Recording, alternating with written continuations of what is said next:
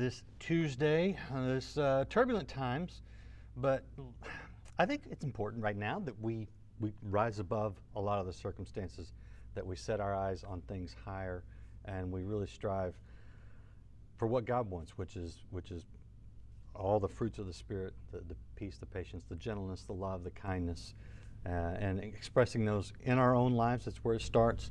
As my guest just told me before we started, start with our own household. That's a great thing, and then we can go out from there, and we can. I think there is hope, despite what you're seeing. There is hope in this world. I am honored to have today's guest, and you will probably recognize her. Paula Faris is a senior national correspondent at ABC News. She hosts a podcast called Journeys of Faith with Paula Faris. And you, if you are a fan of The View, you will definitely know Paula. She was there for several years on The View. She also co-hosted Good Morning America's Weekend Edition. So we're talking to someone who has had tremendous success, but stepped down, or stepped back at least, from much of that. In fact, her new book is called Called Out. The subtitle is Why I Traded Two Dream Jobs for a Life of True Calling. Paula Faris, welcome to Life Today Live. Thank you very much for having me, Randy. I appreciate it. I'm thrilled to have you, frankly. And are you well in all of the COVID and the chaos? Yes, we are. We're doing really well, remembering what's important, able to spend a lot of time with our kids and have some really profound, provocative conversations with the kids about what's going on in the world today. Yeah, well, your kids, from what I understand, are a big reason for a lot of the change in your life. Let's just back it up. Tell us about your rise to success, which was Sure. not easy, Yeah. and then why you decided, you know what, there's something more important in this season in life that I need to do. Sure. So, I grew up in the Midwest, Randy, Midwest kid, born and bred, and went to college in Ohio. Met and married my college sweetheart. We went to a small Christian school, majored in broadcast communications, and then subsequently, out of college, started my career in broadcast communications. I worked in Dayton, Ohio, Cincinnati, Ohio, Chicago, Illinois. And then about 9 years ago, my family really felt led by God to move to New York. Now my husband and I are both from the Midwest. The Midwest was really comfortable for us, but we felt God calling us to New York, even though it didn't really make a ton of sense. Our comfort zone was the Midwest. We didn't know anybody. We didn't have friends or family out east, but we felt called. I had an opportunity to work for the network for ABC. And I worked really hard, Randy. I leaned in as hard as I possibly could to this calling on my life because, we're told we have this calling. We have this one thing that we're born to do that nobody else is born to do. And we have to find that God given calling. But it's always related to career, isn't it? Isn't calling related to career? And then it's reinforced with society telling us your worth is work, your value is vocation. Sheryl Sandberg telling us to lean in, to do more. What's your name? What do you do for a living? And quite frankly, a couple of years ago, at the height of my career, when I was anchoring Good Morning America, Weekend Edition, and co-hosting The View, I burned out. And I looked around, and the things that I had professed were true to me and of value to me, my core values, relationships with my husband and kids and God, those were all suffering because I was just so busy. I was working so much. I was leaning into this quote unquote calling on my life. And I knew that God was calling me out of a space where everyone was getting my leftovers, where I was really addicted to accolade. It had become about me and not remembering like what I was doing and who I was doing it for. And then God allowed a season of hell. Honestly, I write about it in the book. Within 7 months, I had the craziest things happen to me. I had five major events. I had a concussion, with which knocked me out of work for 3 weeks. The day I got cleared to go back to work, I get in a head-on car crash. I had a miscarriage with an emergency surgery. Had influenza, which turned into pneumonia. And I just felt God saying, if you don't slow down, I'm going to slow you down. And that's what happened. And so I knew I had this sense in my spirit that I needed to make a change. And it was after that season of hell that I said, okay, I'm going to do this as scary as it is. Even though it doesn't make sense to me, it doesn't make sense to a lot of other people. And also, like, God, why did you lead me to this point only to ask me to step away? So there, I had to reconcile some of my own emotions, but I step away and then I realize, Randy, that I have no idea who I am outside of these jobs, that my identity and purpose were so consumed with doing that once that shifted, I had no clue who I was. That's where I write a lot of the book. It's my own experience coupled with interviews that I conduct with others and, anecdotes of other people who've misplaced their significance. And mine was my career. For some of us, it's status. For Yeah. others, it's how much money we have in our bank account, it's job. So how to find true purpose and calling that don't shift and shake when the world does, because we know it's shaking right now. Yeah, It no really doubt, is. no doubt about that.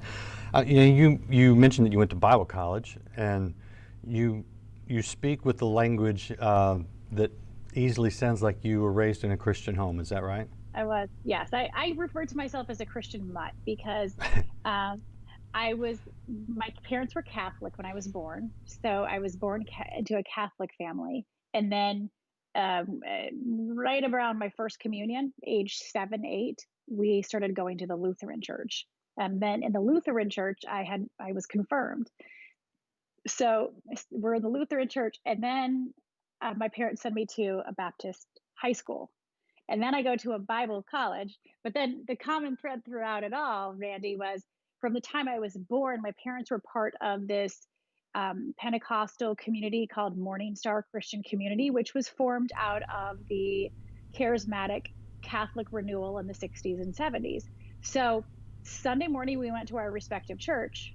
And then Sunday night, we went to Morning Star Christian Community. It was an ecumenical group of Christian believers. So you'd have Baptists and Episcopalians and Lutherans and Catholics. But we would meet at the YMCA in Jackson, Michigan on Sunday nights. Saturdays, we had household, which we may refer to as a small group. That would be our common vernacular. So we had households on Saturday and we had prayer meeting on Sunday. And that's from the time I was born. So add that into my thread. And I just say, I love Jesus. Yeah. So I don't get caught up in the little things. No, a side note, complete sidebar, but the Morning Star that you referred to, is that any way affiliated with Rick Joyner's ministry called Morning Star? Do you know that name, Rick Joyner? I don't know. Okay. I don't think so. Okay, probably No. not. Probably not.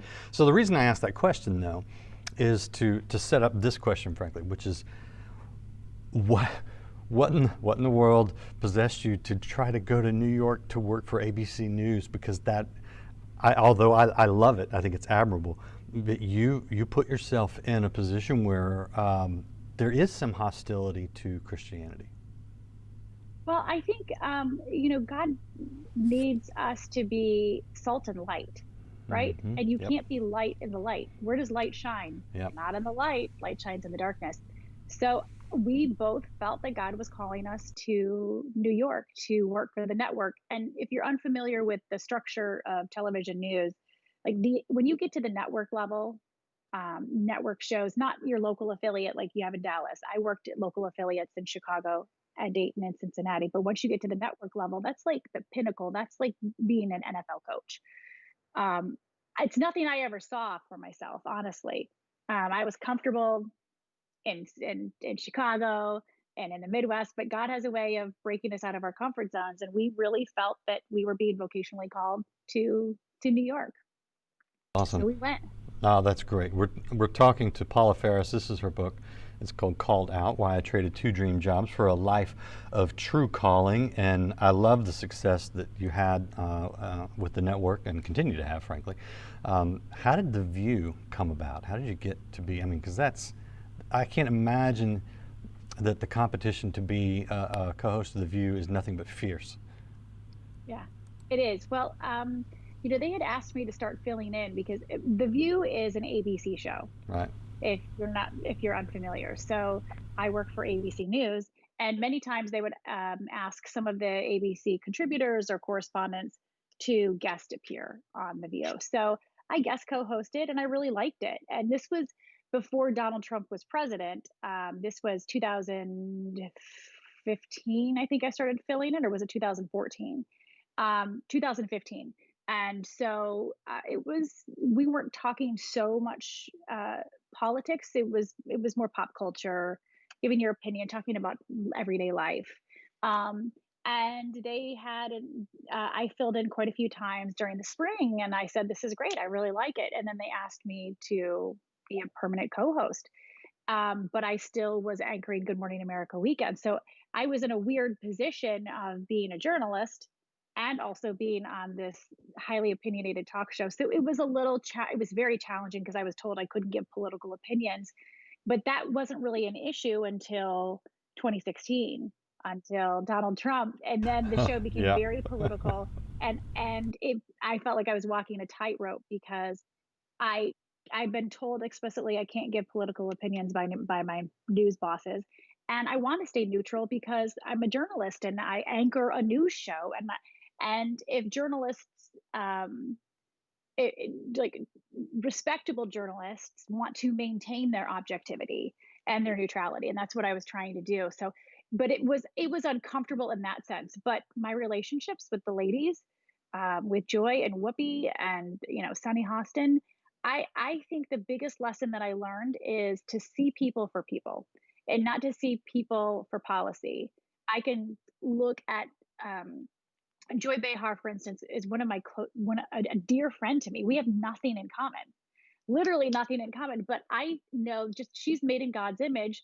She is fearfully and wonderfully made. She is knit together in her mother's womb. That's all I need to know to love and respect her. We can disagree fiercely about things, but at the end of the day, I'm still called to love God and love people. As a Christian, they'll know you're Christians by your love for one another. So for me, the big takeaway was learning to disagree without being disagreeable and learning to see people instead of people as policy. I love that. And you're actually the third View co-host that I've interviewed at different times.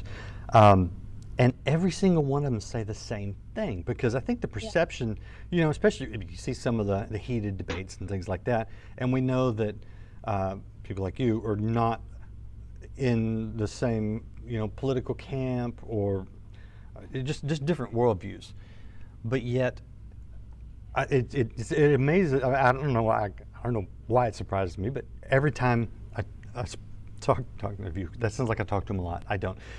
All of the ones I've talked to have said the same exact thing, which is, you know what? Yeah, they're great friends. I read in an article, I think it's Good Housekeeping, where you said that once Whoopi's in your corner, she's got your back, kind of thing.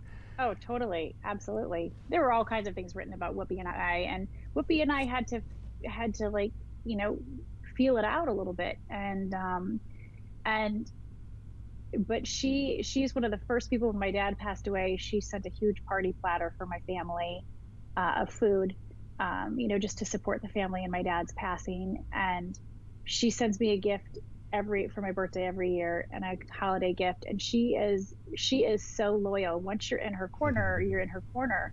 But she had every right to be, I think, skeptical of me, at the very beginning, coming on the show, not being able to give political opinions, coming from the news department. So, I understand it. And that was something that I kind of felt helpless about, was not being able to go there and kind of letting my co-host down, in some regards, because I couldn't be as opinionated as I wanted to. Because I still had a news gig on the side, Right. Right. The news gig was actually what I loved most, and that's what I really wanted to protect. So I totally get that. What I love about that is I see that as a microcosm. And I've experienced it, and I know, whatever side you're on, you come into it skeptical with a lot of, misconceptions, preconceptions, that this person doesn't agree with me, therefore we're not going to get along, or we can't have any commonality, maybe not even any decency with each other, But yet, when you work through it, what you've experienced is a microcosm of what we should be seeing, I think, in our country right now more than ever. The coming together, even when fine, we disagree, but let's come together, let's talk, let's hear each other out, let's learn, and let's do it peacefully. But the issue is we're not going to come to the table because you have to believe what I believe. Right. And if you don't, I'm going to call you a name. But it's not enough just to say, you can be confident in your beliefs and I can be confident in mine, and I can still respect you Yeah. because you're a Yeah. human being and you're made in the image of God. But Absolutely. there's so much name calling and there's so many personal attacks. Oh, you need to believe. No, be confident in what you believe. You don't have to convince anybody else. You can be passionate about it. Okay. You can proselytize, but you don't have to condemn people that don't believe exactly what you believe. But be confident, know the hope that's within you. Be ready to attest for the hope that is within you, as the Bible says. But also, like, they'll know you're Christians by your love for one another. If you're not leading Absolutely. with love, people aren't going to care they're not going to care about the next level. Yeah. They're not even going to take it to the next level because they're going to see us as somebody who is quick to condemn and is quick to point the finger. Let's Yeah. be quick to love. Yep. Rich Wilkerson Jr. Was here a couple years ago, and he talks about how the book of John says that Jesus came with grace and truth. And Rich says, I think that Yeah. the order of that is important. Both are equally important, 100%. It's not that we come, 40% this and 60%. No, it's 100% grace, 100% truth. But he says it is the grace that leads the way. A.R. Bernard, who's right up there in your area in New York City, said that grace allows us to get into the lost person's world, the sinner's world, but it's truth that allows us to bring them out. And That's so right. I think a lot of times, I know, you and I share some similitudes since your background includes everything. We share some similar backgrounds, right? Um, mine's not too far off from yours. But we know those people that come with truth like a sledgehammer. And you're like, could you please have some grace? So thank you for saying that. I But appreciate it. you're not gonna if you don't feel that they're coming from a perspective of, like, they don't even want to listen and it's just the sledgehammer. Nobody's going to listen to you. You have to lead with love. Mm-hmm. Just like, Rich was saying, Jesus came with grace and truth. Lead with grace and love. Mm-hmm. And that's like, why aren't we doing that? Yeah. We should all be convicted by that. Yeah. Yeah. All right. So you are at ABC News. You got the dream journalist gig you want. You've been asked to be on The View, which is a very high-profile gig.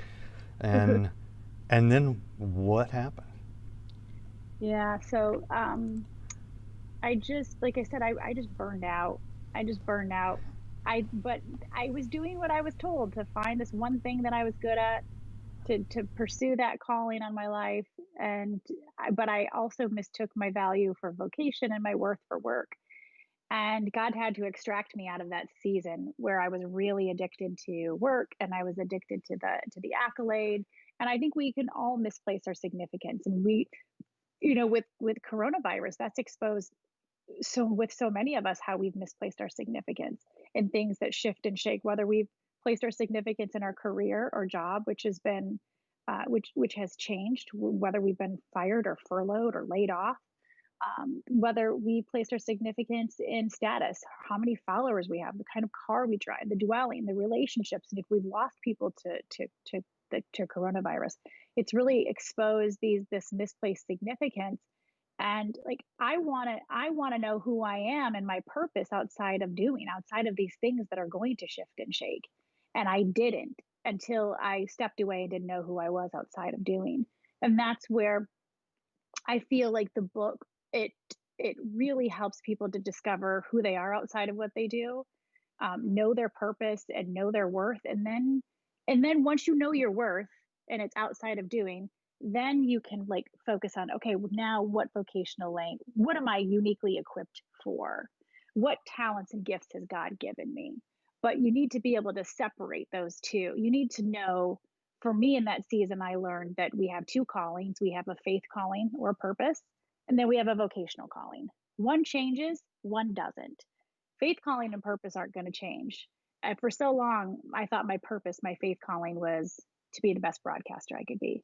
You notice when that changes, when I have this shift in what I do, then my purpose is rocked. Purpose should never shift. Your purpose, our faith calling as believers, I think it is singular, to love God and love people. That's it. It's not to love God, love people, has nothing to do with career, has nothing to do with work, nothing to do with job, nothing to do with status. It's to love God, love people. That's why we're here on this earth. That is our purpose. Now, our vocational calling is going to change along the way. And God can lead us vocationally in different areas and different seasons. We can branch out, we can try new things. But vocation, for me, I learned it's just the vehicle by which I'm going to fulfill my purpose. It's the conduit by which I'll love God and love people. So it was a big paradigm shift. But for me, I needed to contextualize calling because it's just this word, calling and purpose, these words we throw around so casually. They're always tied to doing. And it's very ambiguous and it's confusing and we can't really articulate what they are. So purpose is who you are, to love God and love people, nothing to do with doing, never going to change. Vocational calling will change. So once you learn that, then you can, it gives you the permission to, once you're released from the lie that worth is work, you're then given the permission to see yourself outside of maybe this one thing. I thought, Randy, I'd just be a broadcaster for the rest of my life. Some of you listening, oh, I'd just be a teacher for the rest of my life. I'll just be an engineer. We see ourselves as one thing forever and ever and ever, not really peeling back those layers, knowing our worth is outside of work, but then looking at the unique talents and gifts that God has given us. So, what are you good at? What do you love? And what do trusted people notice you're good at and you love? For me, curiosity. I ask a lot of questions. My nickname was Paula 20 Questions. And I had trusted people speaking life into that. You know, you have to check off all three of those boxes. What are you good at? What do you love? And what do trusted people notice you're good at and you love? It's not enough just to love it, not enough just to be good at it. Good at it, love it, and trusted people. I had all three of those things. It led me to broadcasting, right? And one vocational branch. But guess what? Curiosity, communicating, um, asking questions, being persistent, that can translate into so many other vocational capacities, can't it? And yet we back ourselves into a corner and we're like, I'm this for the rest of my life. So I'm now released from those lies. I i can try new things based on the gifts and talents that God's given me, Mm-hmm. because and it doesn't feel as consequential because you know that your worth isn't in work, and your vocation isn't just your value, and calling isn't just career, that you're placed where you are to love God and love people, and that's it. Mm-hmm. That should be the goal. Mm-hmm. Are you familiar with the Enneagram? Yes. Are you a five? Very. Are you a five? No, No. I What am are you? not. What are you? Mm-mm. I am, Do you okay, know? this is how I describe myself. If I'm a car and I have four wheels, two Yeah. of my wheels are an eight, and then I have a three and a one. Oh wow. So I am a Interesting. challenger, and the eight is the challenger. I know the Okay. eight is like, Okay. yeah, exactly. Like, oh, everybody, like eights can be pretty abrasive. I know I can be abrasive at times, but I mean, like I said earlier, curiosity. I mean, I will get to the bottom of it. I will challenge people. I love to I'm a challenger and champion of people. So, uh, yeah, I Okay. am an eight in my core, but I have a lot of, I feel Yep. like I have a lot of issues with accomplishing and perfection. So we'll just Ah, put it that okay, way. okay. So they call the five the investigator. And when I started Yeah. doing these interviews 10 years ago, the criticism of me was, these are our guests. You sound like an investigative journalist going after them. And I was like, no, I'm just curious. Anyway, Is the five, what I know that there are three or nine different enneagrams, right, and each there are three different triads, right, right? right. What is the five? Oh, What are you gosh. rooted in? Because I Uh, know that nines are rooted in anger, or oh, no, eights are rooted in anger, which is what I am. But anger can be used positively. yes. And no, mine's not anger. It has to do with knowing, with understanding, and things like that. That's Okay. what motivates me, is to understand Wisdom things. and discernment. Would it Well, be that would be the positive truth? directions Would it of be it. truth? I forget what they call it. I've got a new Enneagram book on my desk that I have not cracked because it's been several years since I read it, so I don't remember all the details of it. But anyway, What's the book that you're reading? oh, I just got it. Like, I don't even know if it's out yet. Okay. And they're doing a documentary in the fall. The original one was The Road Back to You. I think was the one I Yes, read. by Ian Morgan Cron. I'm Yes. reading that right now. It's good. Okay, so you know that one. Yeah. I, Yeah. I don't. I literally the new one. I got it, and it's sitting on my desk, and I thought, okay, I want to read that. But anyway, total total distraction from what I was going to go. Okay, so for you, when you decided that your your vocational calling, your vocation was changing. What literally did that look like? You just walk in and resign Yeah. one day? No, well, listen, I leading up, I had that peace in my spirit that I needed to make a change. But I was still scared. And that's the thing when when we sense things are off, when we sense we have to make a shift, we feel trapped because we're making too much. We feel trapped because we're not making enough. We feel like we've got to make a change. Follow the peace. If you feel a peace that something has to happen, follow the peace and then expect and anticipate fear. Fear and peace coexist, people. They're not mutually exclusive. That fear that you feel is not your intuition. Fear is something that you have to expect and anticipate. You're not going to conquer it. You're not going to be healed from it, cured from it. Fear is present in decisions. God references fear hundreds of times in the Bible. God commands us to walk into our fear. Have I not commanded you to be strong and courageous? Don't be scared. Don't be discouraged, for the Lord your God's with you. That's Joshua 1:9. We're commanded to press into it. So I knew I had a peace. I had to do this, had to walk away. Everybody thought I was crazy. I thought I was crazy, scared of what I was walking away from, scared of what I was walking into. But I decided to, after I experienced that season of hell, and I sit down with my boss, the president of ABC News, James Goldston, and we had lunch at the Atlantic Grill. That's how I opened the first chapter of my book. The first line is, "There's no rational way to kill your career." That's the first line of the book. And I'm sitting down with my boss and just telling him I need to walk away. And I try not to over spiritualize it, but I explained to him things that were going on in my life, and he was very understanding. But it was scary. But even after I had that conversation, I thought, did I just ruin my career? And that's when I'm really kind of like propelled into realizing that I'd kind of had it all wrong and that I had no clue who I was outside of the job. You are back doing, still with ABC News, correct? Yeah, in a mild capacity, just very, very limited capacity. I have a podcast and then I contribute occasionally as a correspondent. Hmm. How is that?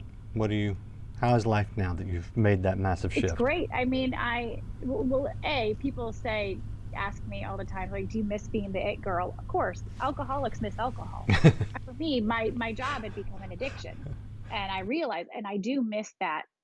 My ego misses that in a moment of honesty. But um, I'm in a space now where I feel very liberated because I've been released from those lies that my worth is only in this one capacity. And I see myself, I know God has put other things on my heart to do, and He can equip me for those based on the talents and gifts He's given me and the gifts that He's given you. And it's just been really rewarding to be with my kids, to be present. And that's the thing. If I'm going to have kids, I just don't want somebody. I've had nannies and au pairs forever, and I just thought, why am I having my kids if somebody else is raising them? I want to be present with my kids, um, and that I want that to be the priority right now. And I know that society scares a lot of us, women and men, from taking a pause or from off ramping for a little bit because we're told that we can't get back in, or we're told that there's no value. But it's it's the most honorable vocational calling that you can cast to raise your children. I 100% agree. Last question for you. Has spending time with your children, I ask a lot of my kids, this is one of my favorite questions for those of you who watch often. Being with your kids, the relationship with your kids, the love you have for your kids, the discipline that you have to enforce with your kids in order to shape them in a good way. Has that taught you more about God and your relationship with Him? Absolutely, because I tell my kids, my dad used to, when he was spanking me, used to say, "This hurts me more than it hurts you," and I'm like, "Yeah, whatever." But I tell my kids, like, they feel safe with boundaries. If I just let my kids do anything they wanted, they would not only go crazy, but they wouldn't feel safe. Um, and I tell them, I'm going to do what's best for you, even though it might hurt sometimes. And yeah, I think being a parent has given me a totally different perspective on the love of from my heavenly Father. Yes, I believe that God allowed that season of hell, the miscarriage, the concussion, the car crash, the influenza, pneumonia, to get my attention God gave me a gift in that, uh, a reset button. I needed to hit my reset. And I think we're all handed that reset button right now in moment. And we have an opportunity. Yes, tragedy and opportunity can coexist. We're given this opportunity to reassess and, if need be, to hit the reset button. Yeah, great word. Thank you, Paula Faris, for being with us. We appreciate you so much. I appreciate it. And Thanks. oh, thank you. And to those of you out there watching, you can check out Paula's book on Amazon.com and other places where fine books are sold. It's called Called Out: Why I Traded 2 Dream Jobs for a Life of True Calling. And I want to show you something else. And she referenced this. This is her podcast. And she's doing this. It's Journeys of Faith with Paula Faris. It is out there. Go listen. Just Google Paula Faris Journeys of Faith, or go to abcaudio.com and look at the podcast, wherever you get podcasts. Let's support Paula and what she's doing out there, and I just appreciate her witness. And appreciate all of you guys watching. Be sure to share this interview. It will encourage people. And if you haven't followed or subscribed to Life Today TV for Life Today Live every day, do that now. We'll see you again next time on Life Today Live. God is the God